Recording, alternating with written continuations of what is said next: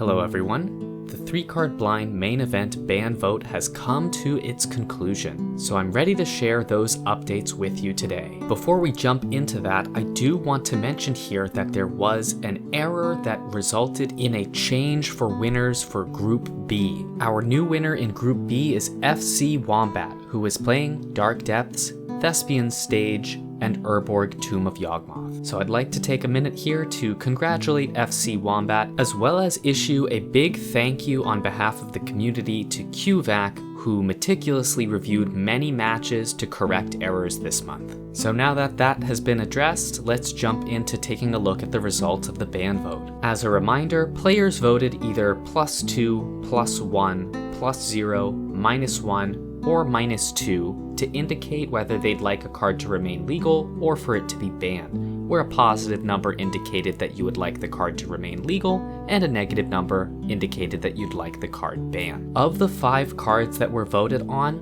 only Wild Magic Surge has received a ban. Wild Magic Surge had an average opinion of -0.59. For those of you who haven't been part of any of these ban votes before, that score places it as pretty average for a card that received a ban. I would describe it as not being resented by the community, but the consensus was a strong one that it ought to be banned. This is pretty consistent with what other cards have been banned historically in the format. Wild Magic Surge occupies the space of being very powerful land destruction that is also flexible because it's simply one of the best removal spells in the format. Land destruction is one of the most powerful forms of disruption in 3-card blind, and it is one of the ones that is most frustrating to try to plan around, so I think players in general will probably be happy to see Wild Magic Surge banned, and its ban is pretty consistent with what people may have expected. But speaking of unexpected, there were a couple of unbans this month. And before we jump into those, I'm going to quickly review the other 4 cards that were voted on for bans. Bitter Blossom came in at an average opinion of 0.15, and as you can see, the most popular vote for Bitter Blossom was a +1, meaning that players generally preferred that the card remained legal, but didn't necessarily feel super strong about that. This is a little bit of a surprise for me because the statistics for Bitter Blossom's win rate were quite compelling, so I think that this may be an indicator that the community may not be interested in voting on Bitter Blossom again for quite some time now, because there really isn't a strong likelihood that we're going to see Bitter Blossom perform better than it already has. Next we had Format Boogeyman Scion of Draco, which had an average opinion of 0.21 and had a relatively even distribution across the board of opinions, leaning slightly in the favor of keeping the card legal. I think this is a fair stance for the community to take on the card, where it ought to be watched closely, but perhaps there isn't enough evidence to judge whether the card is too powerful or not. Next we have the card Chancellor of the Forge, which had an average opinion of 0.50. This makes Chancellor of the Forge one of the cards that has been historically the most wanted to remain in the format but still be part of the ban vote. If we continue to see decks that have Chancellor of the Forge in them be problematic, we will have to take a different approach in how we address those decks,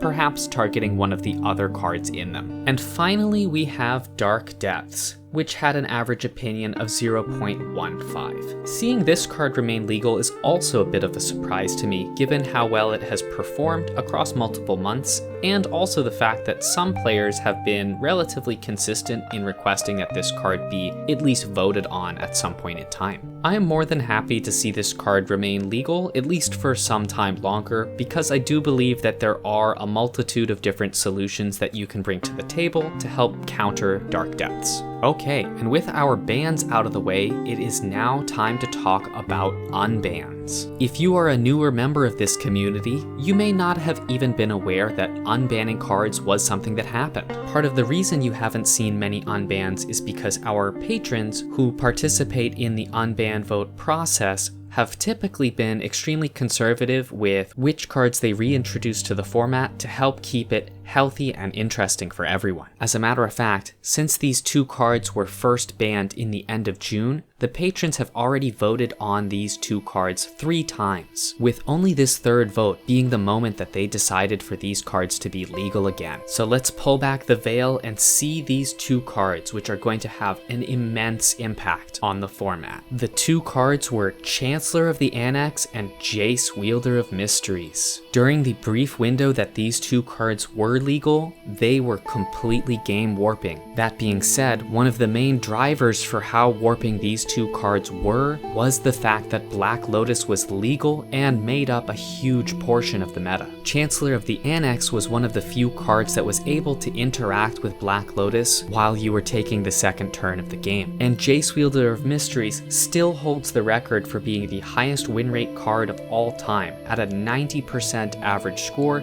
thanks to its ability to win the game on the 1st turn while combined with Black Lotus. Now, before everybody loses their minds, I do want to clarify here that cards can be rebanned. And this month will be an exciting period for players who weren't around way back in June of 2023 to be able to experience these cards and how much of an impact they can have on the game. I also think it is worth noting that despite the fact that there's no question that these cards will have a tremendous impact on what sorts of decks are viable, that Chancellor of the Annex isn't going to have the same sort of all-you-can-eat free wins buffet that was a result of there being a 55% meta share of Black Lotus at that point in time. Similarly, the fastest win achievable by Jace, Wielder of Mysteries is no longer a turn 1 win. Instead, it is a turn 4 win, which is admittedly incredibly fast, but it does give you the window of opportunity to put something down like a Pithing Needle or play a Thoughtseize instead of the previous state of the game where Jace, Wielder of Mysteries won the game before you even got to take your 1st turn. To many of you, it might feel like the meta is plunging into chaos, and that is absolutely right. This will be the biggest change that the format has ever experienced since the banning of Black Lotus, and that was back when we only had 26 players playing in the main event. I am really excited to see how this larger and expanding community adapts to these incredibly powerful cards and their addition to the format. And for those of you who are concerned about the health of the format, never fear, both of these cards will absolutely be voted on at the end of April, but it can be exciting and fun, especially for players that didn't get to see these cards originally, to have a single month where they can jump into things and see how wild the format can really get. And with that, I'd like to wish you happy brewing as you begin to incorporate these recent changes into your strategies. Thanks for watching, everyone, and see you soon.